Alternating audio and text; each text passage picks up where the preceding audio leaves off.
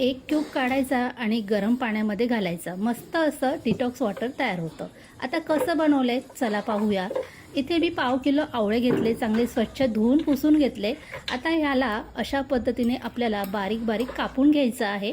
मिक्सरच्या भांड्यामध्ये सगळे आवळे कापलेले घालून घ्यायचे, यातलं बी आठवणीने काढा बरं का. आता यामध्ये पाणी घालून याला चांगलं असं बारीक वाटून घ्यायचं आहे. वाटल्यानंतर एक भांडं घ्यायचं आहे, त्यामध्ये चहाची गाळणी किंवा कोणतीही गाळणी घ्या आणि अशा पद्धतीने हे सगळं गाळून घ्यायचं आहे. तयार झालेलं हे पाणी एखाद्या बर्फच्या ट्रेमध्ये किंवा असं माझ्याकडे ट्रे आहे यामध्ये घालून ठेवलं, फ्रीझरमध्ये ठेवलं मी 1 दिवसासाठी. इथे अशा प्रकारे क्यूब तयार झालेले क्यूब एका डब्यामध्ये भरून ठेवले. रोज रोज आवळा खायचा किंवा त्याचा ज्यूस काढून प्यायचा, यासाठी की नाही आपल्यासारख्या स्त्रियांना वेळ नसतो. मग अशा प्रकारे क्यूब बनवून ठेवले फ्रीझरमध्ये की मस्तपैकी आपल्याला पाहिजे तेव्हा हे पाणी पिता येतं. तुम्ही सुद्धा असे क्यूब बनवून ठेवा.